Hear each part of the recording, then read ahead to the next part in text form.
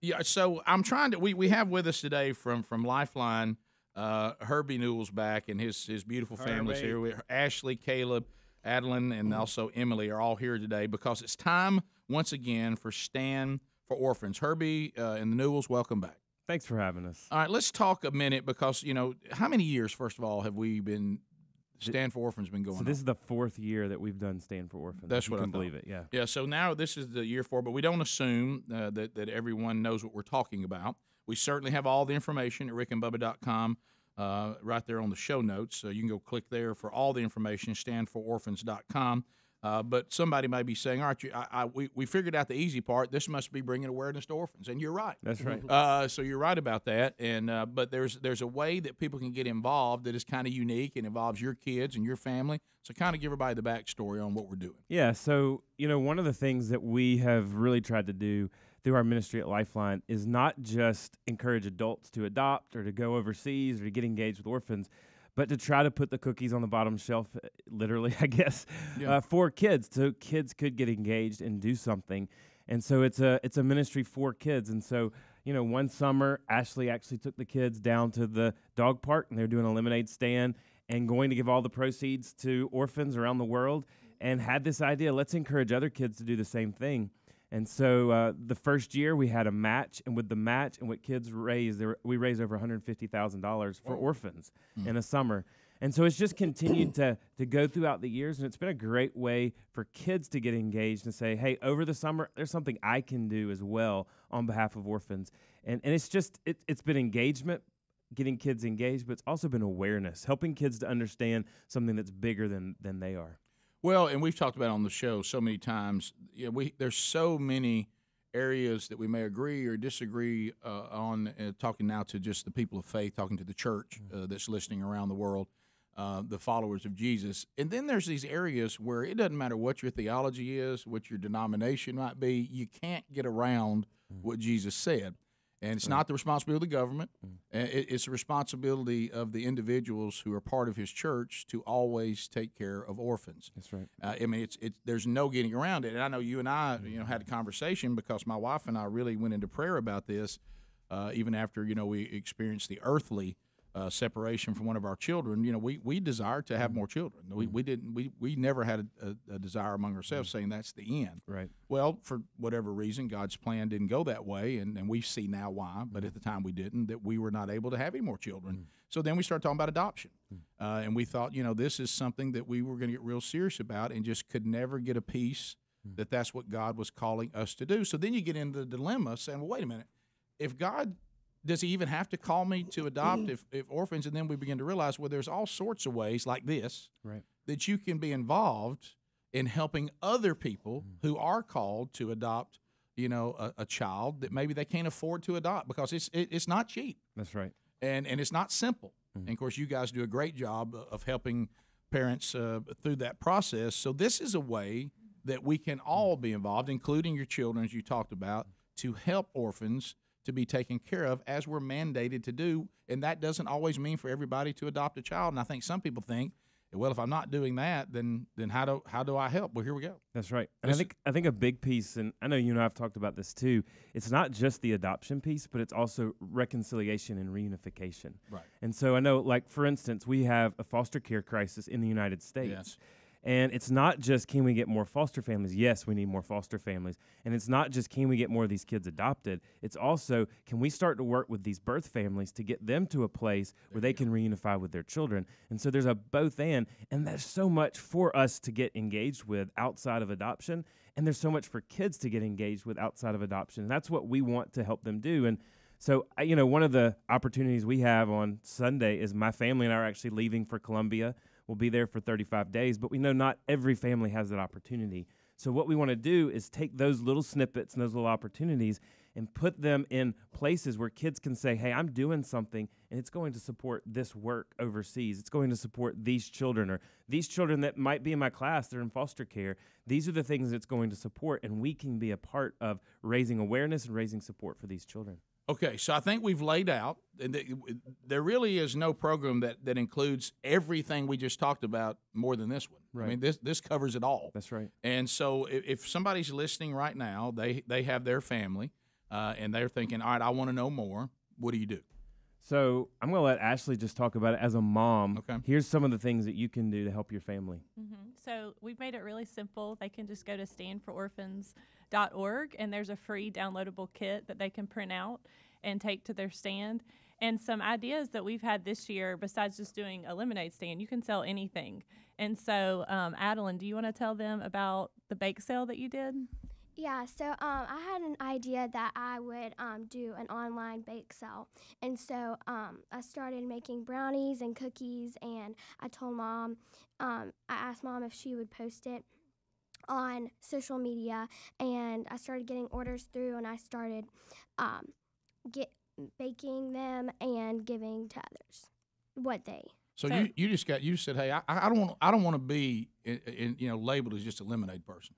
You know what I mean? Yeah, I want to be always moving. Don't forward. want to be typecast. Yeah, don't typecast me as saying, hey, there's more to me than lemonade. That's right. So baked goods, good idea. Sure. So really, we were just encouraging kids to find whatever their niche is.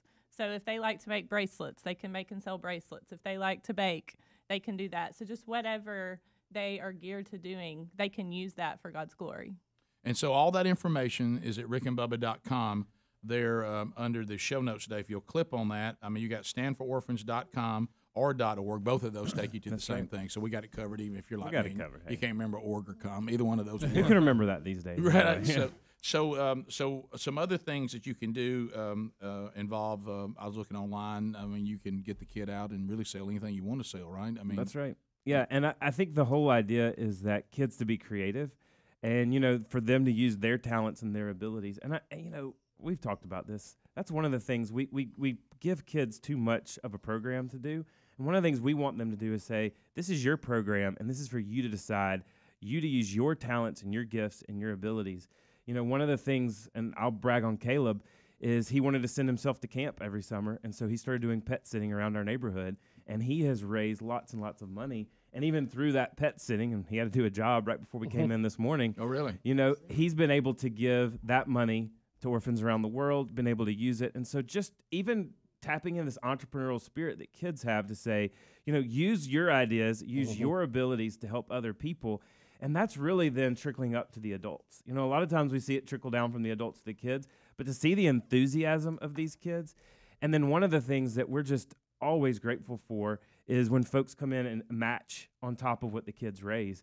And I remember one of my favorite stories is some children came in from a lemonade stand, and they had raised $3, and their mom thought, well, they're going to be really disappointed. And so she thought, well, I'll just tell them that this money's being matched and see if that helps at all. And she says, well, their $3 is actually going to become $6. And she said their kids had this party just over this idea of how much they had done. And so it's just, seeing all of what these kids are doing and bringing it together and seeing how that works together for the kingdom of God and seeing the amounts of money that corporately these kids are bringing to the kingdom. And this involves, no matter where you're hearing this show or watching this show, you can all do it. And we'll come back and kind of tell you about that. And we'll tell you that we have a match again this year that is going to make up, so whatever you're doing, what you raise is good, but it's going to be bigger than even what you're showing there, because the matching always helps. And we're thankful to everybody that worked hard to try to provide that for those that will be tied to this show and our part of Stand for Orphans. All the details at rickandbubba.com. We'll come back. We'll kind of tell you about the match and answer any questions you might have. Herbie's here, his wife Ashley, and the kids Caleb, Adeline, and Emily, all participating in Stand for Orphans. All the information can be found right there in the show notes today, and you can help orphans around the world by going to the standfororphans.com or .org. It's going on now this summer, again, for the fourth summer in a row, to August the 31st. You can do it anywhere, your neighborhood, your church, a local business. You can do it however you want to do it. Certainly you can do lemonade stands. That's how it started, but now it's gone into cookies and cupcakes, even dog treats, or taking care of people's pets, handmade crafts. Whatever you want to do, put it together.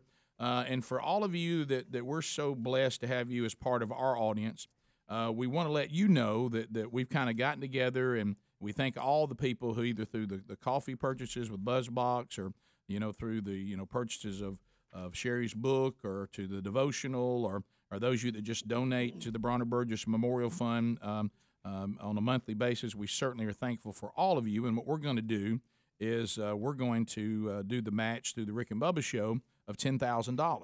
So if you're going to be putting together something, and I'm going to let you guys tell them how to do it, if you'll let them know across the country, hey, we're doing ours, and we're part of the Rick and Bubba push for Stand for Orphans. When you do that, whatever you raise, we're going to match it, and it'll cap at $10,000. Right. And that's going to be going to the end of August. So tell someone listening now, all right, I'm in, and I want to be part of the Rick and Bubba match. How do you do that? Yeah, so what they're going to do is they're going to host their stand wherever, in their neighborhood, at an office place, like you said.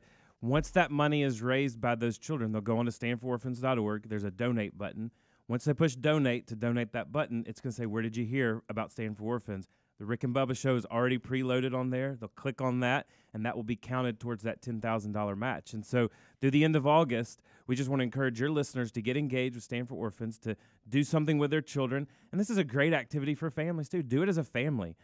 Go do something with your kids for a greater purpose than yourself. And then that's the great thing is they can go on, and when they submit their money, they'll just click down. It's really literally 3 easy steps. Click on We Heard It Rick and Bubba, and that'll be calculated towards that match. And that's going to be cool, just like you talked about the example. So your kids come in and say, we raised $10. No, you raised 20. That's right. So that's a way to kind of help you and have more impact. I know a lot of people may be thinking, can you give us some ideas? Say, I'm talking to my family, and they say, hey, Dad, so when we raise this money, how does this money help orphans? So talk about some of the things, the impact this money will have. Yeah, so first of all, one of the things we like to talk about internationally is our unadopted program. And there are 153 million orphans in the world. And not all of these children are going to be adopted, but we need to do something on their behalf. So you have kids living on the streets, kids living in orphanages. One of the trips that we're actually taking to Colombia is to work with a lot of these vulnerable populations. So our kids are going to be in these orphanages with kids that don't have opportunities and trying to come alongside of them. And we want to equip the local church to actually come alongside of them and love on them. So one of the things that we're going to do is actually come alongside some local Colombian churches to encourage them to get into orphanages, to care for orphans.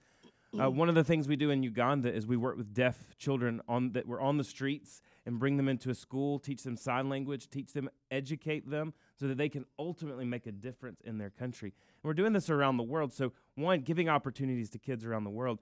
Then two is foster care. We have a huge problem in our foster care. We have so many kids that are in foster care. And unfortunately, because the opioid addiction crisis and all these other things, we're seeing more kids flooding into our foster care program. And there's a lot of money that comes in through the government, but government money alone cannot fix this issue. That's never the answer. And so what we're doing is wrapping around families who are standing in the gap. And one of the most beautiful things right now that a lot of the Stand for Orphans money is going for is the reunification. And so there are churches all across our country right now in 12 different states that are actually hosting parenting classes for families that have lost their kids to foster care, mentoring them, wrapping around them, and we are seeing 90% of these families being reunified with their children. But then also having a community that can wrap around them. So there's so many different avenues, and I know adoption is a piece of it. Sure. But even outside of adoption, that Stand for Orphans is going to support. Well, that's one of the reasons when we first teamed up, you guys, that we were so drawn to it is what you just said. Certainly, adoption, that we can all understand that, but the downside of that is it's also daunting. That's right. And some people think, well, even if I wanted to, I can't, or I'm not set up to do that, so I guess I can't help orphans. Right. And so what we're laying out through this program is, no. Taking care of the orphans goes, certainly we are proponents of adoption. It's wonderful, but not everybody's in that position, or there are people who want to be in that position but can't make it happen. So now these funds are raised to be literally taking care of orphans immediately and hopefully also involved, adoption being part of that, but it's not all of it. That's right. And so this is a way that every single person who so feels called or wants to be obedient can do something to help orphans as we've been mandated to do. That's right. And not only can they do it through Stand for Orphans, but then we're going to give them other ways to get engaged that don't include adoption and that don't include foster care. And some of that may be wrapping around a foster family or an adoptive family or helping them out. It could be more mentoring a child. It could be standing in the gap for a family that's at risk for losing their kids. One of the things that I tell people a lot of times, we like to talk about how pro-life we are, but it can't end once the child's out of the womb. It has to continue once this child is out of the womb. And we've got to continue to love these families. We have to continue to love these children. And so Stand for Orphans is just a way to put that on the lips of people to say, there's something more that I can do. Yeah, I heard it put, and I can't remember the first person I heard say this, but they were right. those of us who claim to be people of faith, we can't be pro-birth. That's right. We got to be pro-life. That's right. And we always talk about how those who oppose this, or more we believe biblically God said life began. We always try to say, which is, it may be cutting, but it's true. People seem to care about a child as long as they can survive the womb. That's right. Well, we can't go on the other end of that and say, well, we just want you to have the baby, but then that's it. We're nowhere to be found after that. That's right. So we also can't just be pro-birth. We can't just be pro-birth, and we have to be uniquely pro-life, and that we are known and marked as a people who love life from the womb to the tomb, that are advocating for life, that are advocating for the elderly, that are advocating for the widows, that are advocating for the orphans. And then also the group that can't be forgotten are those families and those moms and those dads who are going through single parenting, or who have opportunities that we need to wrap around them because they're vulnerable and they are needy as well. So yes, these children need our advocacy, but the families need our advocacy just as much. Yeah, and that's a part of it that's rarely talked about. That's right. Yeah, so you can go and get all the information that's available to you. You guys have laid it out. It could not be simpler. How you can download the kit, get it out, be part of it, and remember to go there when you go to make the donation if you desire to be part of what we're doing and be part of that match. Put in the Rick and Bubba show, and we'll be matching everything that your family raises, and we'll cap that out at $10,000, and then that will end at the end of August. So you have some time to kind of get that done. And then the perfect thing is we're going to fatten everybody up with the brownies and the baked sales and the lemonade during the summer. And then on September 8th, we're having a run for one, right? So a 5K. So you get all that off, and we'll run it off, and that goes to support the ministry too. And you can run in any 50 states, and that's runforone.org as well. Okay, so we'll put that in show notes too. So then enjoy all the lemonade, all the cookies, all the baked goods. So put it on, take it off, give. Reap what you sowed in the process. Do you see how healthy this thing is? You guys are comprehensive. It's a win-win-win. I'm talking about you guys are comprehensive. I mean, you got it all covered. We got it all covered. It's the health plan. Always good to see you. Thanks for what you guys are doing, and thanks for including us in it. All the details are there. If you now think, hey, I'm going for Stand for Orphans, then you can go to standfororphans.com or .org. All the information's there. Let's get rolling, and let's raise some money. Thanks for being with us, Newell family. Rick and Bubba, Rick and Bubba.